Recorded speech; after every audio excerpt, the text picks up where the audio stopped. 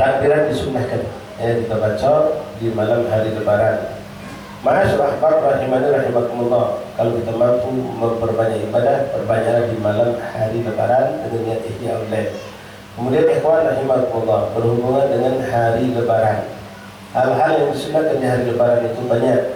Di antara tadi yang baru saja kita sebutkan takbiran. Takbiran itu ada dua jenisnya. Ada namanya takbir mutlak, ada namanya takbir muqayyad. Mutlak artinya tidak terikat dengan apapun, sepanjangan waktu kita dibolehkan untuk takbiran.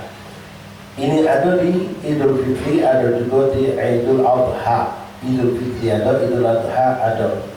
Namun Idul Adha nanti ada tambahan yang namanya takbir muqayyad, takbir yang boleh kita lakukan melampaui batas takbir mutlak, tapi hanya pada waktu-waktu tertentu. Adanya di Idul Adha dan ada di Idul Fitri.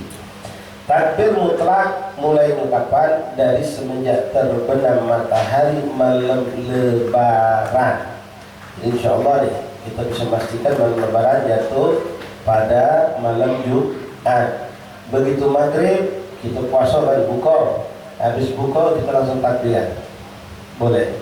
Sampailah qomat isya salat maghrib, habis salat maghrib takbiran, habis takbiran baca wirid salat sunnah, habis takbiran lagi takbir sampai masuk isya.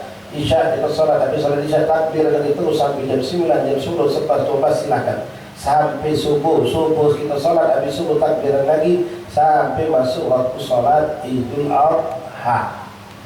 Sampai masuk salat itu dengan imam berdiri di pengimaman untuk mulai salat Id. Nah, itu takbir mutlak dari mulai maghrib malam lebaran sampai dimulai sholat lebaran. Adanya di Idul Fitri dan adanya juga di Idul Adha. Nah, Idul Fitri cuma inilah takbiran. Habis sholat Id selesai, Assalamualaikum warahmatullahi, Assalamualaikum warahmatullahi, dah kata takbiran lagi, selesai tuntas. Itu Idul Fitri. Minta maaf konsen, jangan salah paham. Kaget salah paham, salah sampai Ustaz Sufi ya, ujung-ujung pada kita lagi ngantuk dengan separuh. Nah, Idul Fitri cuma semua itulah takbiran, tak ada lain.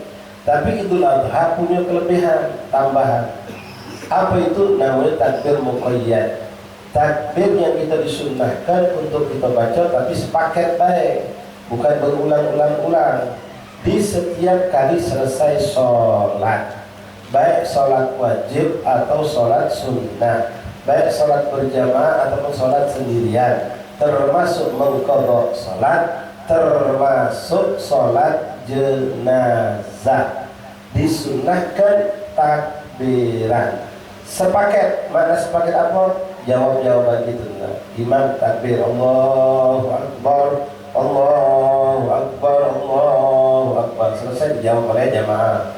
Imam lagi, jamaah lagi. Setelah itu selesai 3 kali, Allahu Akbar kabira walhamdulillahi katsira wa subhanallahi bukratan wa asila, sampai selesai. Selesai sudah, jangan diulangi lagi, cukup sekali. Nah, setiap habis sholat, waktunya dari kapan? Sudah mulai disunnahkan untuk kita yang tidak berhaji dari semenjak ba'da sholat subuh hari Arafah. Jadi hari Kamis, hari Arafah itu ba'da sholat subuh sudah kita dibolehkan takbiran, tapi satu paket, bukan berterus. Kalau berterus lebaran itu ya sekali baik. Selesai sudah kita bikin sekelumit sampailah isyraq, lalu tidak ada sholat. Isyraq, kalau kita memang salat sunnah isyraq, maka kita disunahkan takbiran lagi boleh. Lalu kita sholat duha boleh lagi. Sholat masuk dhuhr, sholat dhuhr takbiran. Habis sholat dhuhr, imam sebelum zikir sebelum doa ajak jamaah untuk takbiran. Tanggal 9 masuk dhuhr, masuk asar, masih sebatas habis sholat, baik sholat wajib atau sholat sunnah, baik sendirian atau berjamaah. Kebetulan habis asar ada jenazah, misalnya baik oh dia mau satu jenazah sasal itu mesti ngaji nggak orang percaya Habis asar ada jenazah, sholat asar itu takbiran, habis jenazah itu takbiran lagi, baru jenazah yang diangkat. Nah, begitu masuk maghrib itu masuk kembali kepada takbir mutlak karena malamnya malam lebaran. Nah, setelah maghrib malam lebaran takbir tidak terikat dengan sholat, tapi sepanjang waktu silakan bertakbiran sampai subuh. Kalau tidak mampu silahkan takbiran, disunahkan di rumah, di masjid, di musola, di lorong, di lapangan, di laut, di gunung, di jalan-jalan.